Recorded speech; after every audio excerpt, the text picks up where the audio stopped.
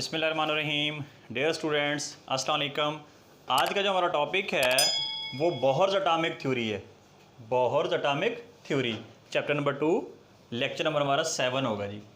इससे पहले हमने रदरफोर्ड का एटॉमिक मॉडल पढ़ा था। रदरफोर्ड के एटॉमिक मॉडल में दो डिफेक्ट्स थे। पहला डिफेक्ट क्या था कि जी उसमें इलेक्ट्रॉन, चूँकि उसने बताया था एक चार्ज पार्टिकल है, वो कंटिन्यूसली रिवॉल्व कर रहा होता है अराउंड द न्यूक्लियस, वो मसलसल एनर्जी रिलीज़ कर रहा होता है। आखिरकार उसकी एनर्जी कम हो जाएगी, वो फॉल इनटू द न्यूक्लियस। एक फॉल्ट ये था। दूसरा फॉल्ट या डिफेक्ट ये था, उन्होंने बताया था कि जब वो एनर्जी रिलीज़ कर रहा होता है तो कंटिन्यूस स्पेक्ट्रम जो है उससे बनता है, जबकि इनफैक्ट वो लाइन स्पेक्ट्रम था। इन दो डिफेक्ट्स को मद्देनज़र रखते हुए नील बोहर ने एक नया मॉडल पेश किया जिसको जो है बोहर्स एटॉमिक मॉडल के नाम से याद किया जाता है। थोड़ा सा जान लेते हैं कि नील बोहर कौन थे। जो नील बोहर थे वो डेनिश फिज़िक्स थे। डेनिश मीन डेनमार्क के रहने वाला फिज़िक्स का साइंटिस्ट था। उन्होंने 1912 में रदरफोर्ड को ज्वाइन किया, यानी रदरफोर्ड उस वक्त जो है एक मुमताज़ साइंसदान थे। ये नील बोहर उनके पास पोस्ट डॉक्टरेट के लिए गए, यानी पीएचडी के बाद की जो डिग्री पोस्ट डॉक्टरेट की रिसर्च के हवाले से उनके पास गए, और उन्होंने जाने के ठीक एक साल बाद बोहर ने अपना मॉडल जो है 1913 में प्रेजेंट कर दिया, पेश कर दिया। और उनकी इस एटम के स्ट्रक्चर की बुनियाद पर, इनकी इस रिसर्च पर, उनके इस काम की बुनियाद पर उनको 1922 में नोबेल प्राइज़ से नवाजा गया। क्योंकि जैसा कि हमने शुरू में बताया कि नोबेल प्राइज़ जो बोहर्स एटॉमिक मॉडल है उसको जो रदरफोर्ड के अंदर डिफेक्ट्स थे उसकी बुनियाद पर अवार्ड किया गया। रदरफोर्ड के अंदर जो नुकाइस थे उनको जहन में रख कर उसने नया मॉडल पेश किया। देखते हैं जी बोहर्स एटॉमिक थ्योरी क्या थी। Niels Bohr presented another model of atomic atom in the 1913। 1913 में उसने नया मॉडल पेश किया। किस चीज़ को मद्देनज़र रखते हुए? कीपिंग इन व्यू, इस चीज़ को जहन में रखते हुए the defects in the Rutherford atomic model, कि जो रदरफोर्ड के एटॉमिक मॉडल में पहले डिफेक्ट्स थे उनको जहन में रख के उसने नया मॉडल पेश किया। किस ईयर में किया? 1913 में। अब उसकी बेस क्या थी? Basis of Bohr's atomic theory. जो नील बोहर ने अपने इस मॉडल की बेस बनाई वो क्या थी? The quantum theory of Max Planck's. एक साइंटिस्ट था मैक्स प्लांक्स, उन्होंने एक क्वांटम थ्योरी पेश की थी। उन्होंने अपने इस मॉडल की जो बुनियाद है वो उस थ्योरी को बनाया, क्वांटम थ्योरी को। The quantum theory of Max Planck's was used as foundation for this model. इस मॉडल की जो बुनियाद है उन्होंने कौन सा मॉडल इस्तेमाल किया जी? क्वांटम थ्योरी को बेस बनाया। इसके बाद जी एनर्जी ऑफ इलेक्ट्रॉन के बारे में नील बोहर ने बताया कि according to Bohr's atomic model revolving electron, कि जो एक इलेक्ट्रॉन है जो किसी न्यूक्लियस के गिर्द अपने ऑर्बिट में रिवॉल्व कर रहा है, घूम रहा है in an atom, does not absorb और इमिट एनर्जी। इसने कहा जी, क्योंकि रदरफोर्ड का यही था, रदरफोर्ड ने कहा था कि वो कंटिन्यूसली एनर्जी इमिट करता है। इसने कहा कि रिवॉल्विंग इलेक्ट्रॉन जो है जब तक अब्जॉर्ब और इमिट एनर्जी कंटिन्यूसली नहीं करेगा, जब तक वो अपने ऑर्बिट में रिवॉल्व कर रहा है वो कंटिन्यूसली ना तो एनर्जी एब्जॉर्ब करेगा, ना वो क्या करेगा? इमिट यानी रिलीज़ करेगा।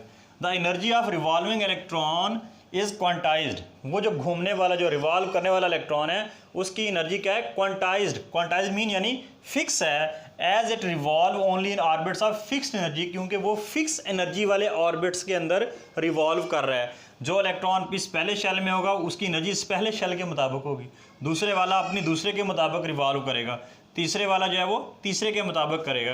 The energy of revolving electron is quantized, क्यों? As it revolve only in orbits of fix energy, क्योंकि वो फिक्स एनर्जी वाले ऑर्बिट्स के अंदर रिवॉल्व कर रहा है। उसको जो एनर्जी लेवल थे उसको जो है नील बोहर ने एनर्जी लेवल का नाम दिया। किसका नाम दिया जी?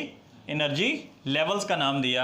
अगर हम इसके मॉडल को देखें तो उन्होंने इस तरह का एक मॉडल पेश किया। सेंटर में न्यूक्लियस है, उसके गिर्द डिफरेंट एनर्जी लेवल्स हैं और ये आपके शेल्स हैं, के एल एम है। तो इसमें उसने इलेक्ट्रॉन्स को रिवॉल्वमेंट बताई उसकी। Postulates of the Bohr's atomic model. The hydrogen atom consist of tiny nucleus and electrons are revolving in one of the circular orbits of radius R around the nucleus. तो इसका पहला postulate जो है Bohr का atomic model का वो ये था कि जो हाइड्रोजन का एटम है उसके अंदर एक छोटा सा न्यूक्लियस है और इलेक्ट्रॉन जो है उनके गिर्द जो ऑर्बिट्स हैं, जो सर्कुलर पाथ है वहाँ पर रिवॉल्व करते हैं। मिसाल के तौर पर ये छोटा सा टाइनी न्यूक्लियस है, इसके गिर्द ये जो ऑर्बिट्स हैं इन ऑर्बिट्स के अंदर इलेक्ट्रॉन रिवॉल्व करते हैं और इन ऑर्बिट्स का जो रेडियस है वो कितना है जी, that is R. Number 2, each orbit has fixed energy. हर ऑर्बिट की, जैसे ये पहला ऑर्बिट है, फिर दूसरा है, तीसरा है, हर ऑर्बिट की एनर्जी क्या है जी, फिक्स है, दैट इज क्वांटाइज्ड, यानी फिक्स है, ना कम होती है ना ज़्यादा होती है। नंबर 3 पे इन्होंने बताया कि as long as electron remain in a particular orbit, जब तक कोई इलेक्ट्रॉन अपने एक मखसूस ऑर्बिट के अंदर रहता है, यानी जब तक वो अपने घर के अंदर रहता है, क्या करता है जी, इट डज नॉट रेडिएट, ना तो ये एनर्जी खारिज करता है, ना ये एनर्जी इमिट करता है, ना ये एनर्जी रिलीज करता है, आर एब्जॉर्ब, ना ही ये गेन करता है, ना ही ये एब्जॉर्ब करता है। यानी जब तक कोई इलेक्ट्रॉन अपने मखसूस ऑर्बिट के अंदर रहता है, ना वो एनर्जी रिलीज करता है, ना वो एनर्जी गेन करता है, ना वो रेडिएट करता है, ना वो एब्जॉर्ब करता है। The energy is emitted or absorbed only when electron jumps from one orbit to another orbit। कहता है एनर्जी हमेशा उस वक्त इमिट या एब्जॉर्ब होगी जब कोई इलेक्ट्रॉन अपना ऑर्बिट छोड़ के जाएगा, जब वो जंप करके किसी और ऑर्बिट में जाएगा, उस वक्त एनर्जी एब्जॉर्ब या रिलीज होगी। जब तक वो अपने मखसूस ऑर्बिट में रहता है उस वक्त तक ना वो एनर्जी रिलीज करेगा, ना वो एनर्जी गेन करेगा। 4th है जी, when an electron jumps from higher orbit to lower orbit to higher orbit. जैसे ये हमारे पास एक उसका जो है बोहर ने जो एटम का मॉडल पेश किया था, इसके मुताबिक देखें, जब कोई इलेक्ट्रॉन जो है वो हायर लोअर ऑर्बिट से, ये वाला हमारे पास देखें अंदर वाला जो लोअर ऑर्बिट है, इसको हम यहाँ मेंशन कर लेते हैं, ये क्या है जी, लोअर ऑर्बिट है जी। लोअर ऑर्बिट से ये वाला जो कौन सा जी हमारा हायर ऑर्बिट।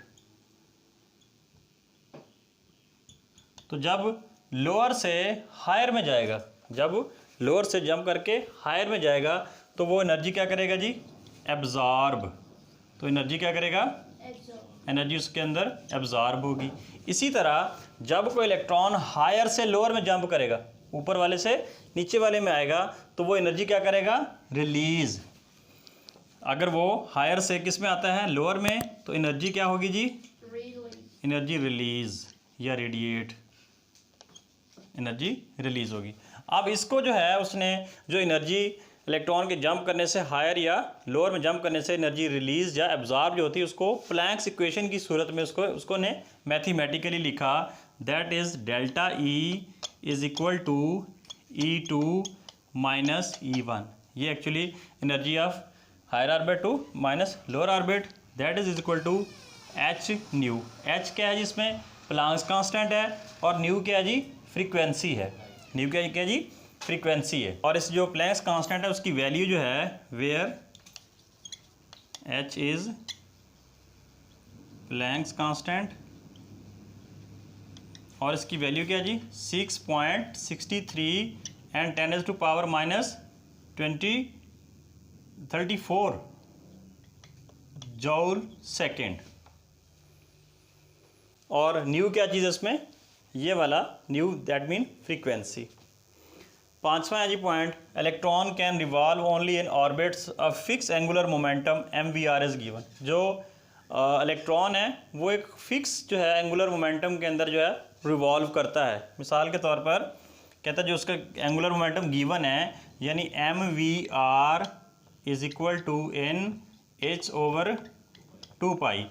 एम क्या चीज़ है, मैस, वी क्या जी वेलोसिटी, आर क्या जी radius of the orbit, n number of orbits, और एच प्लैंक्स कांस्टेंट, और पाई भी कांस्टेंट है। तो ये एंगुलर मोमेंटम की इक्वेशन दी गई है। ये था जी हमारा आज का बोहर का एटॉमिक मॉडल, उसके पोस्टुलेट्स।